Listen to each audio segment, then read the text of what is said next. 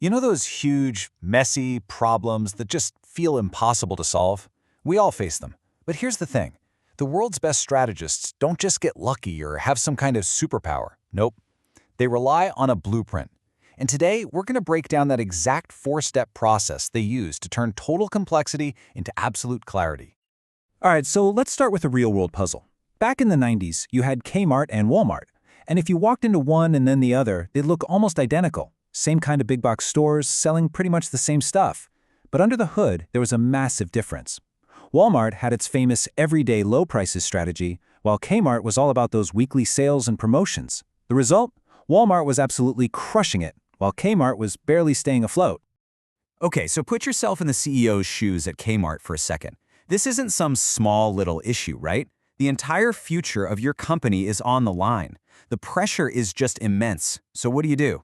Do you slash costs? Do you change up your advertising? Do you completely overhaul your pricing? It's totally overwhelming. Where do you even begin?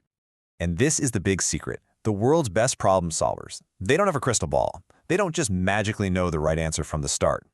What they do have is a system, a reliable, repeatable framework that guides them from that feeling of confusion right to a clear solution.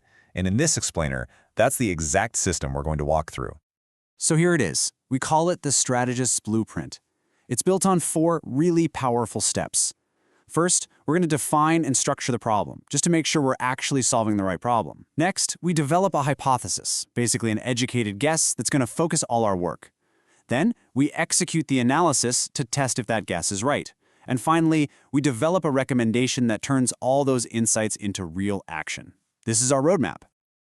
Everything, and I mean everything, starts with step 1, asking the right question. You know, if you get this part wrong, it's like plugging the wrong address into your GPS. You'll definitely end up somewhere, but it won't be where you needed to go. The quality of your entire solution hinges on the quality of your very first question. And this is where framing is so critical. The team at Kmart could have started with a really vague question, something like, how do we beat Walmart? It sounds ambitious, right? But it's actually pretty useless because you can't measure it. A much better question is, how can Kmart most effectively improve its sales per square foot? See the difference? Now that is specific, it's measurable, and it gives us a really clear target to aim for. Okay, so once you have that core question, the next job is to break it down into smaller, more manageable pieces. But here's the thing, you can't just, slice it up however you want. There's a really important rule that comes from the world of strategy consulting that ensures you do this perfectly, every single time.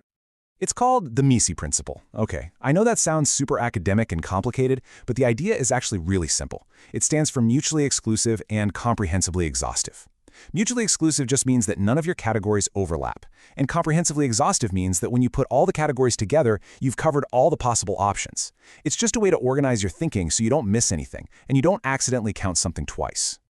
To make this feel less abstract, let's take a super simple problem. My head hurts. How would you break that down using MEIS?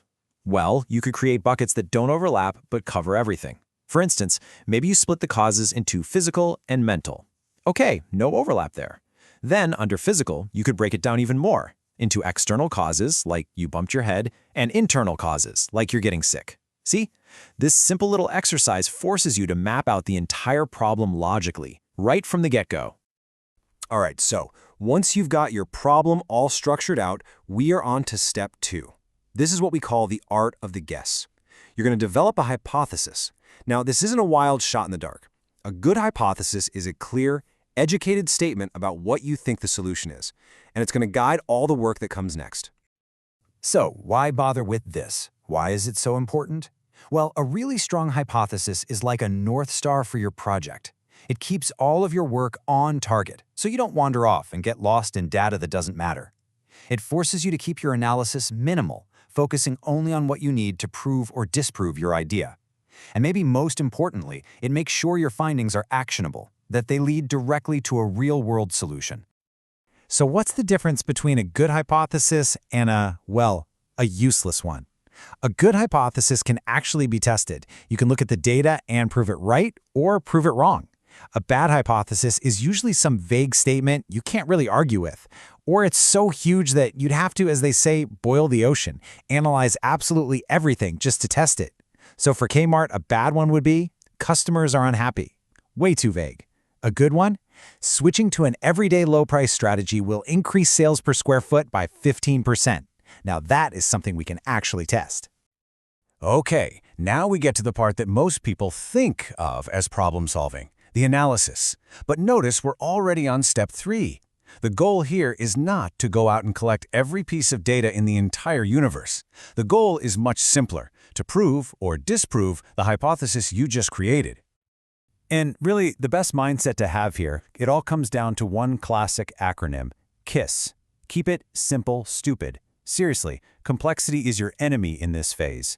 The most powerful analysis is almost always the most straightforward. And one of the most powerful tools out there for keeping your analysis simple is the 80-20 rule. You might have also heard it called the Pareto principle, and it's this pattern that you see pop up almost everywhere. It's kind of wild. So what does that actually mean for you? It means that typically a small chunk of your effort, about 20% of your analysis, is going to deliver the vast majority, like 80% of the big aha moments. So your job is to figure out what that critical 20% of the work is and do that first. Don't get bogged down in all the little details that probably won't change the final answer anyway. And that brings us to the final step.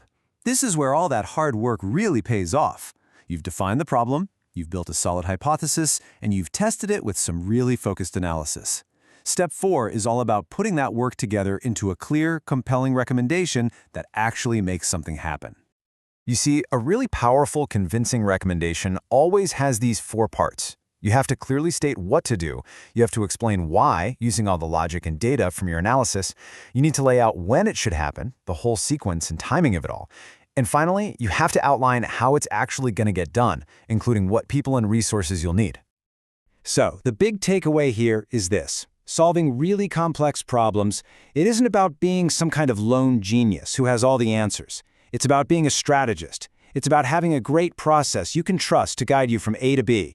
It's about asking the right questions, making smart guesses, focusing your effort, and then communicating your solution with total clarity.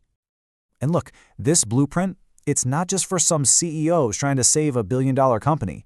It works for almost anything. So, the only question left to ask is, what's the first big challenge in your work or even in your life that you're going to tackle with it?